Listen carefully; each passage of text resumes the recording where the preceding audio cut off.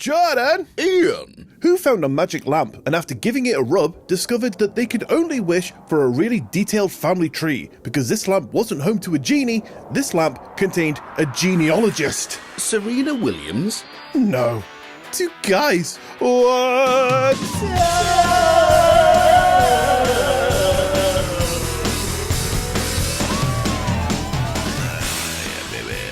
Your voice is fucked. Oh yeah, baby. This will be fun, I'm sure. God. To be honest, I feel fine myself. It's just my voice sounds shit. You get in there. Hello and welcome to episode 186 of Two Guys What's Up, the weekly comedy podcast where at the moment I rub just about anything for a little bit of human interaction, but one guy who generally never says no to a rubbing is this guy. It's Jordan. Jordan, what are you going to be going into today? Well, Iain, for your rubbing pleasure today, I have got for you a collection of Yorkshire jokes. Oh, nice. Just something super light-hearted. We're not talking about anything horrible, and I'm hoping it'll be good fun. Oh, well, that's where our segments are going to differ today. Oh, have you got a yin and yang against this then? It seems that way. Ooh, okay. So this maybe worked out. Yeah. What on earth are you going to be doing, Iain? Well, Jordan, first of all, let me tell you what I'm not going to be going into today. I mean, it'd be quicker if you just told me what you're going to do. Yeah, but you know, there's a narrative going on. There's a reason for that. Oh, okay. That's all right. Yeah. Can I continue? If you want. Yeah. Well, I'm in two minds. Anyway, I'm not going to sit here and do an in-depth look at the recent UFO footage released because A, I think it's all smoke and mirrors, and B, because there are many other podcasts that have done it better than I ever could, one being the 14 News podcast. If you haven't listened, go check that out. But what I will say is that with these releases, I think there's never been a better time to talk about where the term conspiracy theorist came from. Okay, interesting. And that's what I'm going to be talking about today. Oh, okay. I actually don't know this. This will be fascinating. It's a very interesting bit of historical knowledge to take on because I think it might change a few minds. Cool, okay, I like it. And the other thought is, obviously, we always say to each other, oh, you know, it's a conspiracy. Yep. But actually, to understand why we say that would be really cool. Yeah, and mate, I've got all the info for you right here. Very good. But Jordan, if people like what they hear, where can they find more of it? Well, Iain, we currently have 36 bonus episodes sat up on our Patreon. I know, right now, starting from just £3 or about $5, depending on your location. And if you'd like to get your hands on some lovely Two Guys What's Up merchandise, then make sure you check out our new merch store where there's stuff. Where there's t-shirts, aliens are wankers mugs, beanies, hoodies, all sorts of cool things, which you can find by clicking the link in the description of this episode. Wonderful. But Jordan, before we jump into the good stuff of today, there's no point in asking me, so we'll just skip over that because I think people can hear in my voice just how I'm doing. But how the hell are you? Oh, no, we can't skip that. How are you? Because I feel really bad. You sound rough. I'm ill. No shit. I think I've picked up a cold from my child. Oh, no. I think what it was when they walk up to you and they go, Dad, and then sneeze straight in your face. God. Is that real? Has that happened? Oh, yeah, it happens all the time. Oh. It's one of those things like, please don't forget to cover your mouth when you cough and you sneeze. And they go, oh, yeah, sure, yeah. Right in your face. And I'm like, okay, well, now I'm pretty much showered. Oh, that's horrendous. I'm dripping. Oh, no, don't. Sputum. That makes me feel ill. It makes Maybe me not feel as ill as you. Oh, God, that's awful. Yeah. I still remember there was an advert where someone sneezes on a bus and it's like Matrix style where the camera zooms in on all the particles floating around. Delicious. And I think it was a public... Oh, it was about your kids. It was candid camera. Oh, yeah. Watch out for the sneezy ones. Oh, so yeah, whenever I walk past someone, in fact, it happened the other day. We were just leaving a supermarket. This woman, who was old enough to know better, walks in and just sneezes out in the open. God. I was like, you dirty bugger. Cover yourself. Awful. I remember during the height of COVID, you know, where everyone was scared of getting near anyone. Yeah. I still haven't recovered. Yeah. I was walking through town with my wife, and this man was walking towards us. And by the time he walked past us, you know, he was a foot away from me. But just as he was in front of me, to my right, he just turned to my direction and just went, and coughed. Oh, nice. And I was just like, what the fuck? Like, there's a global pandemic going on. Fucking have some decency and cover your mouth. I mean, even at the best of times, just cover your mouth. Oh, yeah, you wouldn't dream it, would you? No, fuck no. That's awful. I always get this feeling, everyone else probably does, who actually is in their right mind. Let's say you're in a car with friends, and you know that feeling when you've got to sneeze? Yeah. But I'm like, I can't. I cannot sneeze. This is the worst place to sneeze right now. And you have to try and kind of stifle it. Just do it into your t-shirt, like lift your shirt or your hoodie over your nose and your mouth. That's when I realised, I'm wearing this bikini. It just went through the hole. Oh, God. Sorry, everyone. Ian's like, it's raining inside. Oh, God. Yeah, that's horrendous. Little bit of an update as well for you in regards to the garden build. Oh, yeah. So remember a little while ago I mentioned that we were going to source all the materials, basically get our own people in to do it, blah, blah, blah, because it was a lot cheaper. Yeah. Well, that's not happening. Oh. It could have happened. The issue is, it was a logistical nightmare trying to get people in. And what we didn't want to happen was create the shell that is not watertight, waiting then for an electrician to do their bits before cladding can go on. Makes sense. Yeah. And we were kind of thinking, are we making a bit of a mistake with this? So anyway, long story short, we actually ended up hearing back from a company that we first got in touch with who didn't get back to us for about a month, actually, which is why we ended up ignoring their possibility. Mm-hmm. And for just a few £1,000s more, they build the entire thing and internally finish it too. So that's what we're doing. Oh, nice. We've got a date now where it will be being built. It'll take upwards of about 7 days or so, weather dependent. Mm-hmm. So that's super exciting, and I feel so much relief. Yeah, that's great. By the way, can I just say, I absolutely love the fact that whenever you're talking about this outdoor studio being built, you say we, like your wife has some stake in it, but you know fine well, as soon as it's up, you're not going to see your wife anymore. Yeah, it's true. Thing is, right, I need to really make that a priority. I need to, not spend my entire life in there. I'm fully aware that could be a pitfall at this point. Yep. The other thing, I'm so excited, though, purely for some air conditioning. In the height of summer. Yeah. I bet you I'll probably sleep in there sometimes. Yeah, I mean, if nothing else, you're going to stay in there purely for the AC. Oh, yeah, that's what I'll tell my wife. Oh, it's a bit warm in this new build house, darling. Oh, yeah. I'm going to go and live out in the little shed that we built.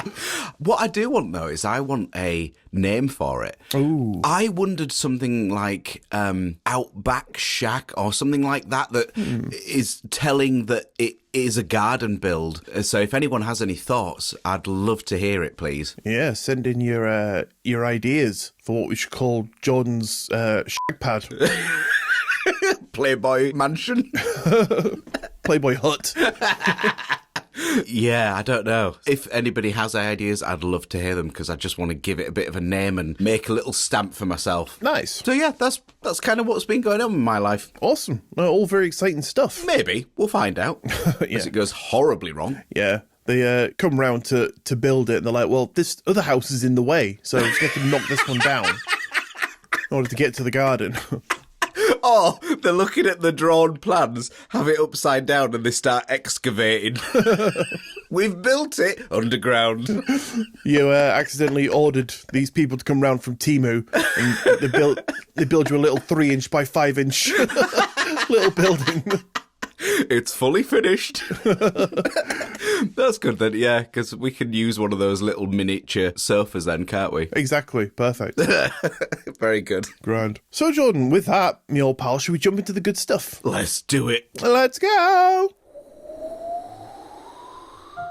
So lately we've seen UFO files being released, military footage being discussed on mainstream news, government hearings taking place, and subjects that 20 years ago, if you believed in or spoken outright against, you would have been laughed at and ridiculed. But we're all suddenly talking about the blatant reality of it now. Now, whether that proves whether anything non-human is visiting Earth is another discussion entirely. But it's funny, isn't it, Jordan? Wouldn't you say? Don't you little think, mate? Don't you have a little think in your own little head there, pal? Because for years, people who believed there was something strange zooming through our skies were labelled conspiracy theorists, nutjobs, crackpots, lunatics, and every other dismissive name under the sun designed to make them feel small, wrong, or even stupid. And now, all of a sudden, governments are standing up and saying, well, actually, yeah, there are things flying around up there that we can't identify. And this, Jordan, raises an interesting question. Project Bluebeam. Well, yes, for a start off, but no. Okay. I'll shut up then. No, that's fine. Yeah, I appreciate it. Input me, pal. Come and get in me. Come round now. No, you're all full of germs now. Oh, yeah. Damn it. Computer virus.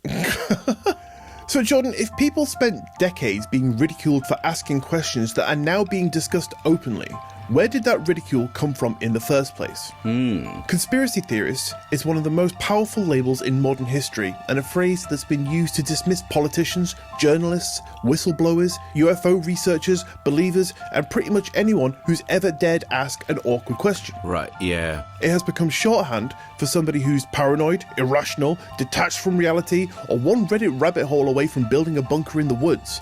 But here is the strange thing. That's not what the phrase originally meant at all. Okay. In fact, the term existed long before UFO culture, and long before the internet turned everyone's creepy uncle into an expert on the greys. The earliest known uses appeared in academic writing in the late 19th century and early 20th century, because back then, a conspiracy theorist was simply someone who believed that major events could sometimes be explained by secret groups acting together behind the scenes. This wasn't considered a crazy position. After all, conspiracies happened. The gunpowder plot was a conspiracy. Watergate was a conspiracy. The plot to assassinate Julius Caesar, the assassination of Abraham Lincoln, the Volkswagen emissions scandal, the Great Train Robbery, all conspiracies. History is full of examples where powerful people really did meet behind closed doors and secretly plan things. Plus, we've heard, as we have on this podcast, about that awful Unit 731. Precisely, yeah, another one. Thanks for adding to the list, Jordan. And there's unspeakable many more. I mean, there's even the thought about the C-19, isn't there? Hey, well, we'll get there. Okay. You're right there with me, pal, and I'm enjoying it. Okay. So originally, the phrase wasn't an insult. It was a description. I'm going to say that again because that didn't sound like words at all, did it? It was a description. Exactly. It was a description, but somewhere along the way, that changed. And to understand why, we need to talk about one of the most controversial events in modern history. The assassination of President John F. Kennedy. So on November 22nd, 1963, Kennedy was shot while traveling through Dallas, Texas. The official investigation, known as the Warren Commission, concluded that Lee Harvey Oswald acted alone. Case closed, except for millions of people. For them, the case never felt closed at all. Almost immediately, questions started appearing. Witnesses disagreed with one another, reports conflicted, rumours spread, and people were scrutinising every second of the day leading up to that fatal gunshot. Even to this day, so many people don't believe that at all. Exactly, yeah. I mean, it was said that the files were going to be all released. Right. And, the information was finally going to come out, but I don't think it ever really came to light, or it was heavily redacted, or some files were still held back. Right, okay, interesting. Which only adds to it. Well, yeah, it feels like it's a cover-up. But one of the most famous points of controversy became the so-called magic bullet. Oh, my wife has one of them. Well, I think that's what she's called it. You and my wife have some things in common. I mean, it screams of ecstasy. I can only imagine that she's just reading up about this case. Yeah, she just loves conspiracy theories. Getting really into it. Yeah. Which is weird, because whenever I speak to her about conspiracies, she normally just kind of shuts off. Oh, really? That's weird, isn't it? I guess maybe, that they're probably thinking, oh, I don't want to talk to somebody who's so ill-informed of the subject. Or it could be the previous night, she was so enthusiastic about it. Well, that's what I heard anyway, that maybe she just zoinked of it now. She's used up all her enthusiasm. Yeah, maybe she just run out now. I mean, that happens, sometimes after we record, and then I go downstairs and, I don't know, I hear my wife screaming about conspiracy theories and, using her magic bullet. I don't want to go in and talk to her because, I've had enough. We've just spent an hour talking about this sort of stuff, so... Yeah, of course. I just leave her alone, so it's understandable. Yeah, it makes sense. Oh, what happy lives we lead. Oh, yeah. In fact, I can hear it in the next room.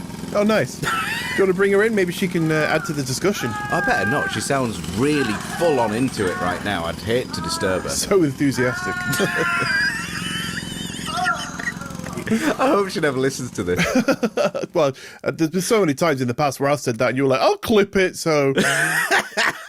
It's revenge time. So, this magic bullet.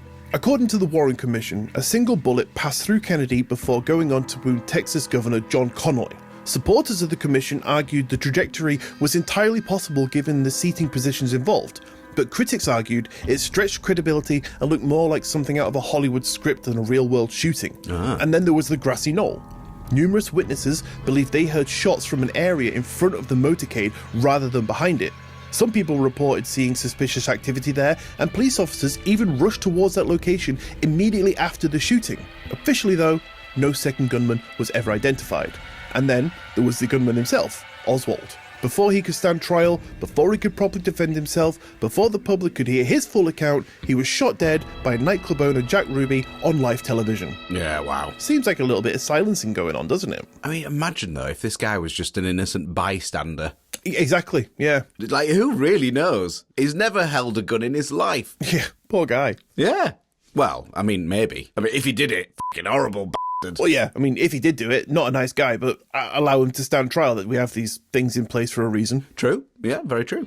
But this shooting, live on TV, did absolutely nothing to calm people down. If anything, it poured petrol on the fire. Questions multiplied, suspicions grew, and over the following years, theories exploded in every direction imaginable. Maybe it was the mafia, the CIA, anti-Castro Cuban groups, the military-industrial complex, the Soviet Union, Lyndon Johnson. It honestly seemed like half of America was accusing the other half. And now here is where things get interesting. Because in 1967, the CIA distributed a memo concerning criticism of the Warren Report. This memo discussed ways of responding to critics and suggested arguments that could be used against claims of a wider conspiracy. The memo had become hugely important in conspiracy theory circles because many people believed it helped popularize the modern dismissive use of the phrase conspiracy theorist. Oh, like batting off a claim. Yeah, so in order to shut people up, just call them this. Yeah, like an umbrella term for you're a nutter. Exactly. Now, to be clear, the CIA did not invent the term. The phrase already existed, but critics argue that the JFK era helped transform it from a neutral description into a cultural insult. In other words, institutions helped create an environment where questioning official narratives became associated with irrationality and paranoia, and after the 1960s, the term increasingly picked up negative connotations. And once a label gains that kind of baggage, Jordan, it becomes incredibly powerful. But not as powerful as you, Ian. Oh, nothing's as powerful as me. You hench beaut. Just wanted to throw that out there. It's very kind of you, mate. I feel 10 times better already. Good. And that voice that you've got going on right now, that gruff deepness. Oh, yeah. Oh, sexy. Oh, yeah, man. Yeah, you want a little piece of this, bro? Oh, no, it stinks. That is actually probably the least sexiest voice I could ever imagine in my life. I don't know. Oh, hey. If I came home, my wife was like, yo, baby, want to go upstairs and get jiggy? I'd be like, absolutely not. Oh, God, yeah. I mean, it'd be interesting, wouldn't it? Yeah, but where's that voice come from? Oh, I picked it up out of a cereal packet. only raises more questions. Yeah, it does. Yeah. I've got a Cheerio stuck.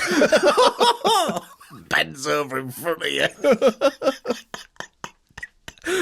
Help me, baby. Help me get it out, baby. God. But Jordan, these labels save people for having to engage with arguments. They don't have to examine baggage, you don't have to debate, you don't have to think. You just say, you're a conspiracy theorist, and it's conversation over. You're instantly and wrongfully discredited, and everyone is pointing and laughing. But what's fascinating is that history has repeatedly shown that some conspiracy theories really were just conspiracies. First of all, there's obviously the many I mentioned above, but take MKUltra. For years, stories about CIA mind control experiments sounded like the plot of a bad science fiction novel. Then documents emerged showing that the agency really had conducted experiments involving LSD and other techniques on unsuspecting subjects. And then there's the Tuskegee syphilis study, Jordan, which you've mentioned before. Oh yeah, I remember that one. Yeah, the horrifying case where African Americans American men were deliberately denied treatment while researchers observed the progression of the disease. Again, it sounds like something unbelievable until the documentation proved otherwise. So, given the fact that they lied about those things, and UFOs are now just another thing to add to that list,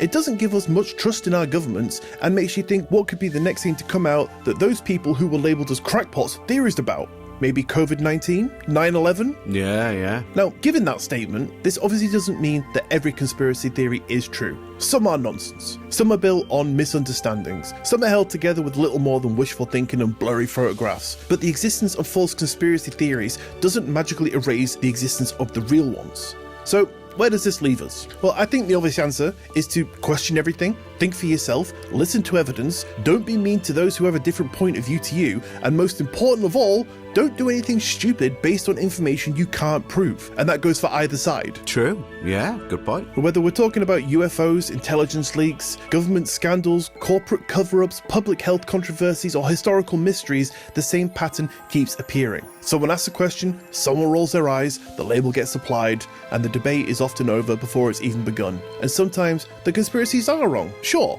but every now and then they are absolutely right. But Jordan, after all that, I just want to know, what do you think? Well, Ian, I must say I really enjoyed that. Thank you. Very different to usual, but I'm big on the conspiracy things, and you know that about me. Absolutely. I think I agree in that I'm sure there's more to stories, events, shall we say, than we really know a lot of the time. Yeah. And I'm sure there's been strings being pulled behind the scenes. 100%. There has to be. Yeah. One that you didn't mention was the NASA ISS. Oh, yeah. There's so many videos of supposed green screens where, something will just disappear. Yeah. And, that they're floating and they're clearly being pulled on a cord because, the jacket or whatever's being tugged. Yeah. It's weird. It does make you think that things are not always what they are perceived to be. My point of view about things like that is the only place I ever see them, I mean, why would I see it anywhere else? But the only place I ever see those kinds of videos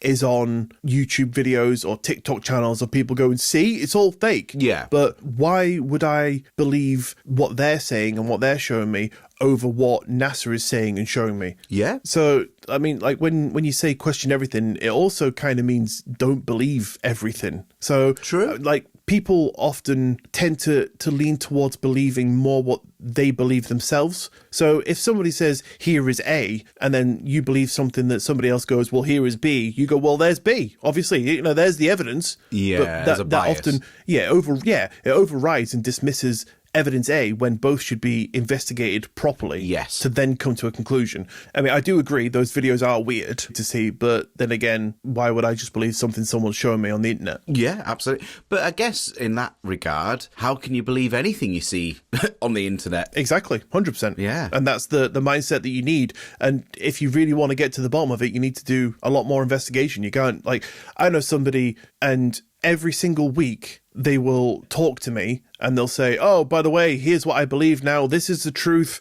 This will be forever my views going forward. And the next week they'll say, oh, no, well, now I've seen this YouTube video. Having said that, though, credit to them for, in their own way, being open-minded and changing and not being stubborn on one thing and ignoring anything else. That is one thing that, I said to them, actually. It's like, I admire your courage to follow these views. If that's what you believe, then, don't say, oh, no, it's rubbish just because everybody else says it. You haven't got fear of standing up and talking about it and putting your beliefs out, but, land on something. Yeah.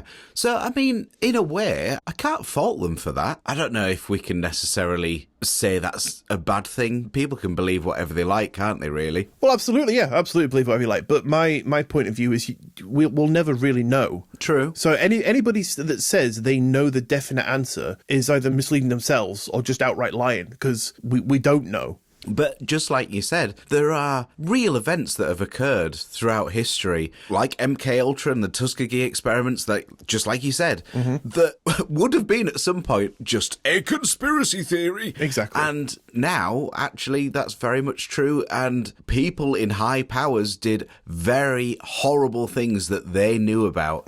And that's not good. So, yeah, 9/11, COVID-19, are they part of that too? Who really knows? It is fascinating. Then you get people like David Icke, for example, who really go against that kind of thought process. Yeah, I mean, in every sense of the word, he's saying that these things are conspiracies because he's talking about governments and, higher ups, the top 1%, that sort of thing. The elite, in inverted commas, for lack of a better word. Reptilian gits. Planning things behind the scenes. Yeah. So, we'll never truly know. But having said that, it makes life more interesting to ponder. Absolutely, yeah. But that's the thing. These things should be pondered and they shouldn't be ridiculed for being pondered. Absolutely. So, like I said 20 years ago, if somebody says, I believe UFOs are real, everyone rolls their eyes and goes, you're mental. Yeah. I mean, they still say that to you, but not for that reason. This is the thing. Now it's being... Well, yeah, true. But now it's being released, right? So people go, UFOs are real. And people go, yeah, they are. I've seen the videos from the government. And then you go, yeah, but and aliens are driving them. They go, shut up. No, they're not. Yeah. Immediate shutdown. Yeah. You do need to be able to follow a train of thought and be able to theorize. Definitely. And absolutely not be ridiculed for it. Where would we be in science if people didn't take risks, have forethought, have theories about things? We'd be stuck at stage 1, wouldn't we? We would indeed. Yeah, I think it's really interesting. I firmly believe that some of these conspiracy theories are not theories at all and are very much true. Yeah. But we'll never know. We just need to take away that negative connotation to the term. Oh, yeah. I mean, it's like when I first met our hairdresser, because we have a mobile hairdresser, and actually I go to my mum and dad's and we all get our hair cut at the same time. It's just more efficient. And the first time that I met her, we were just chatting. She was just asking, what kind of things are you into? And I explained, I'm really into paranormal and, conspiracy theories, things like that. Yep. And we got chatting about it. Oh, nice. And it was great. Yeah. You should never be afraid to let people know the things that you're into, if they're legal. True. So, there is that. There is that, yeah. But luckily, we're not talking about anything like that today. Very true. Or hopefully ever. Yeah, probably never will. But no, fascinating. I really enjoyed that. Thank you very much, Iain. You're very welcome. Thank you. Ryan, Yorkshire jokes. Oh, Yorkshire jokes. I'm hoping this will translate in a way because I'm aware that we do have overseas listeners. Mm-hmm. And I guess maybe I may need you to chime in sometimes if potentially something might not translate and I've not made it clear. Okay, I will do my best. All right, so if anyone isn't familiar, Yorkshire men are kind of known for being a little bit tight with their money. They don't want to pay for things necessarily. And there is a little bit of a north and south divide in the UK. Yeah. There's a sort of friendly rivalry, shall we say, between northerners and southerners. Yeah. And yeah, as I say, you may need to just interject a little bit and explain some of these if maybe it doesn't seem quite clear. Got it. But yeah, I have a collection for you of Yorkshire jokes. And some of them I just love. So hopefully it translates. Here we go. Here we go. How many Yorkshiremen does it take to change a light bulb? I don't know, Jordan. Please enlighten me. It's not that dark, you'll be right. A Yorkshireman's wife dies and then requests that she was thine carved on her gravestone. When he went to see it, it said she was thin. The widower says, well, it's very nice, but you've missed an E. No problem, says the mason. Come back tomorrow and I'll have it put right for you. The next morning, the gravestone now says E. She was thin. Yeah, I think some of these are going to go right over some people's head. Probably. There's probably some guy called Chad in some American state like, what the hell does that mean, bro? Block. Yeah, asking all his friends. He put an E at the beginning. What does that mean? A tourist asks a Yorkshireman, excuse me, what's the quickest way to York? The Yorkshireman replies, is thee walking or driving? Driving? Yorkshireman replies, aye, that's quickest. Just fucking stupid. But I love it. Mental. This one maybe would translate for you, Iain, because you used to live in this place. Ooh. A man from Barnsley goes to the vet. Ah. The vet says, I can hear you've got a problem with your cat. Aye, the man replies. Is it a Tom? Asks the vet. No, the man says, I brought it with me. Okay, right, yeah. I feel like that one might go over people's heads. Is it a tom, as in, is it a tomcat? Or it could sound like Yorkshire for, is it at home? Yeah. Is it a tom? Yeah, the Barnsley version. Is it a Tom? Yeah, perfect. What was it like living in Barnsley, I have to ask? It was nice. It was, Okay. yeah, it was great. They had a fucking huge market. It was amazing. Oh, I remember you used to get those beanie hats. Yeah, yeah. Oh, it was great. They had the main town. They had like a big shopping centre, loads of cool shops. And then you go into this like ginormous building and there's a fucking huge sort of indoor market. It just ran right the way back. And No way. it was always fun to just walk around. I've never visited Barnsley, I have to say. And Greg's was open on weekends until 3 a.m. Oh, right, okay. Wow. On your way home from like having a drink or whatever, rather than getting a kebab or a burger or something from a takeaway like people might normally do so, stop off and get a fucking pasty. No way. Great. I would have never dreamt that Greg's would be open in the early hours. Oh man, it was amazing. You know, imagine walking home 2 a.m. and then all of a sudden you got 4 hot sausage rolls in your pocket. Yeah, no way. Wow. That feels like an alternate universe. I can't imagine it. It was great. But also, poor guys that have to work there until those hours. Yeah, that's true. Serving drunkards. Yeah, I never thought about that. I just used to turn up smashing on the glass going, oh, fucking pasty. Sir, it's 4 a.m. We're shut. Oh, fuck. Oh, the sausage, bean and cheese melt. I'd love to think that that's what you like. Another one for you. A Yorkshire man was sat by a Ford when a fancy sports car pulled up. A posh guy with a London accent asks, "Excuse me?" I mean, I can't do a London accent. What would be a London accent? Excuse me? No.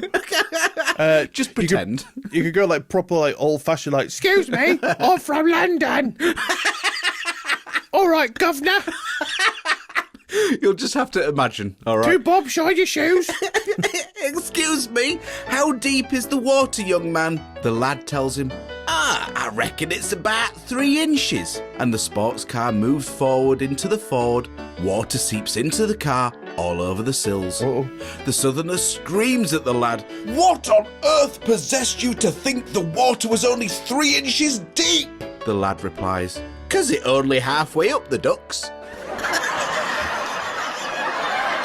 Don't get that one at all. Do you know? Yeah, it's like the water's only 3 inches deep because it's only the water only goes halfway up the ducks that are swimming. Oh, okay, I was looking for the pun. Oh, no. This is just like a thick Yorkshireman. Got it. It must be only 3 inches deep. Got it. Nice. Finally. Another one. Old Herbert's favourite whippet finally dies. But the next day, he wins the jackpot on Euro Millions. He decides to get a statue of his former whippet in solid gold. He goes to the jeweller's with some pictures of the dog to work from and starts to haggle over the price. The jeweller asks Herbert, "Do they want it 18 carat?" Herbert says, "Nay, lad, 'twas a dog. I'd rather he's chewing on bone." Because 18 sounds like eating. Yes, 18 carat versus eating a carrot. Yeah. Very good. Another one. A vicar walking alone through the grounds of his church one day found a couple making love against an old gravestone. "Hey up, that's indecent," the vicar cried. The couple cracked a grin. "Cheers, mate," the young man smiled. "I put it in me sen." For anyone that isn't familiar, that's indecent and indecent. Indecent. Yeah, that's not so much Yorkshire, that's just play on words. It is. That is very true. Good point. Another one. A Texan ranch owner was visiting the UK and visited a local pub in a sheep farming area of Yorkshire. He struck up a conversation with the sheep farmer in the pub. After a bit of chit-chat, the Texan asks the Yorkshireman a question. The conversation went as so. The Texan says, "So, how long does it take you to go from one end of your farm to the other?" The Yorkshireman replies, "About 3 hours to walk from one end to other." The Texan goes, "If I get in my car to drive from one end of my ranch to the other, it'll take me a day." The Yorkshireman, after a little pause for thought, says, I used to have a car like that." Implying they have a Implying it was- car. Yes, exactly. How, Ian, do you spot a dyslexic Yorkshireman? I don't know, Jordan. He's got a cap flap on his head. As opposed to the typical farmer's hat of a flat cap. That's the one. Yeah, very good. I used to own one of those, actually. I liked it. Yeah, I don't know if you remember me telling you about that Adidas flat cap that my gran got me for Christmas. Oh, very vaguely. What happened with that again? She got me an Adidas flat cap and I was like, hey, cool. Oh, yeah, and you kind of weren't massively impressed, were you? I mean, I don't suit hats at the best of times, let alone, looking like a snazzy farmer. Yeah. I also have to say, is that really how it's pronounced, Adidas? I hear that in America, but I've always said Adidas. I don't really care. Let us know, is it Adidas or Adidas? Or Adidas. Maybe, yeah. Or Adidas. That sounds kind of death. Adidas. Horrible. Sounds like a Roman name, doesn't it? It does, actually. Yeah, it does. Another one for you. A Yorkshire couple head to Spain for a holiday. After opening the suitcase, the wife says, "By heck, you've forgotten the bisto. Now we've got 2 weeks without gravy." Heaven. "There's an English couple staying in the next apartment. I'll go see if they have any." The husband goes to the next door apartment and knocks on the door. When the Englishman answers, the husband goes, "Has there any bisto?" To which the man slams the door shut and mutters, "Fuck off, you Spanish." It just does not sound like English. "Has there any bisto?" Again, I'm looking for the pun or like what? Oh no, these are not clever. Because Yorkshire words, can sound like a lot of other words if misheard or you're not familiar with the dialect or something. So I'm constantly thinking like, what does this mean? What's the deeper meaning of this? But yeah, I should stop. Yeah, there's not a whole lot of thought into these. I'll be totally truthful to you, but I just like them. I think it's fun. Few more for you. A Yorkshireman and his wife walked past a swanky new restaurant. "Did you smell that food?" she asked. "Wonderful." Being the kind-hearted Yorkshireman, he thought, "What the heck? I'll treat her." So they walked past it again.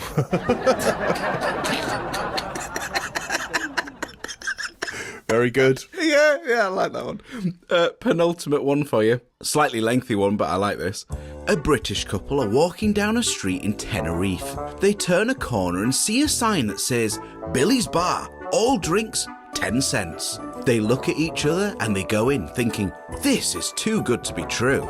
They order a pint of lager and a cocktail, and sure enough, once the drinks are on the bar, the English bartender says, "That'll be 20 cents, please." The couple cannot believe their luck. They finish the drinks and order the same again. Sure enough, the drinks are poured and the barman says, "That'll be 20 cents, please." Curiosity gets the better of them, and the woman asks the barman how he can afford to sell drinks so cheaply. The bartender says, "Well, it was always my dream to own a bar in Tenerife, and last year I won £109 million on the Euro Millions. So I opened this bar and I've got enough money that I don't have to worry about making any profit." Nice. Happy with the story, the couple congratulate him and order another round of drinks.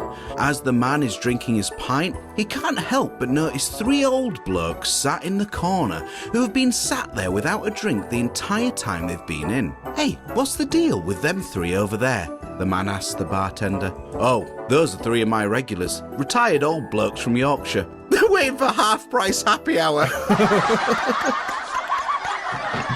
Again, Yorkshiremen are a little bit tight. Not after I'm done with them. Oh, God. Oh, and final one for you, which it is my favourite because I just think it encompasses everything that we said at the start about that north and south divide. But here we go. A farmer in Yorkshire sees a man drinking from his stream and shouts to him, "Hey up, cock, they don't want to be drinking water from there. It's full of horse piss and cow shit." The bloke says, "What? I'm from London. Can you speak a little bit slower, please?" The farmer replies, "If you use 2 hands, you won't spill any."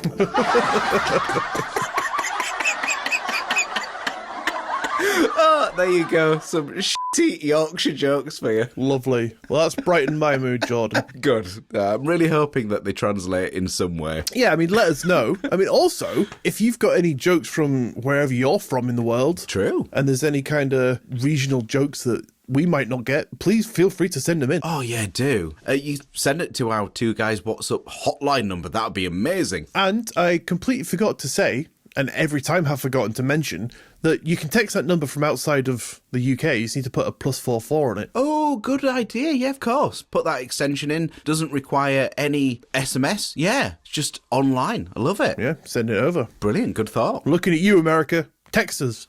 You haven't called me back since we went on that date. Oh, you'll be fine. You got that blow-up Gina since, haven't you? Oh, yeah. I forgot about that. Oh, you punctured it, didn't you? Yeah, I forgot to get the puncture repair kit. And Oh, no, she just flat and folded up in the corner. yeah, just like my marriage.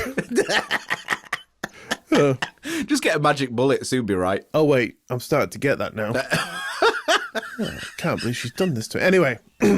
So, Jordan, thank you for bringing us those jokes. They've helped me feel a little bit more perky, cheered me right up. Good, that's what I'm here for. Ha ha ha, I had a laugh. I don't think it worked, Iain. So, Jordan, with that, me old pal, does that about bring us around to the end of today's episode? I think it does. I think you need to go lie down. Yeah, well, I need to go make a fucking lasagna. Oh, dear. Yeah.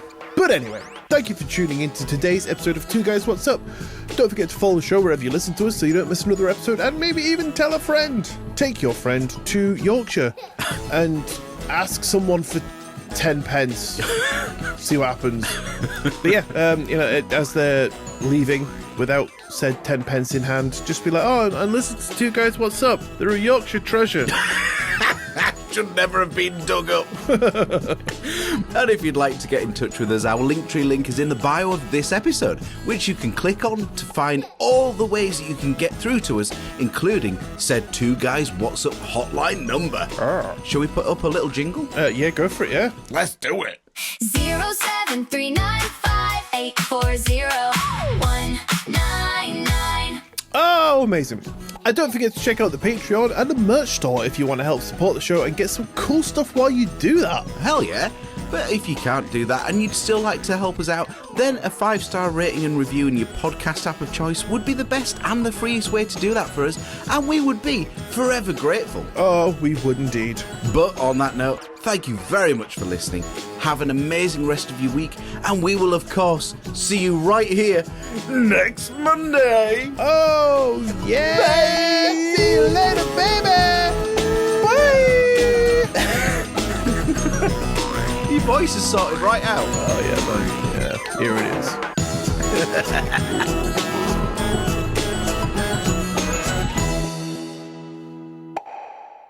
And you got through it. Half and half. Ah, you did. You got there in the end. Yeah. It's a bit like your kids' sports day. Oh, yeah, that was yesterday. That was great.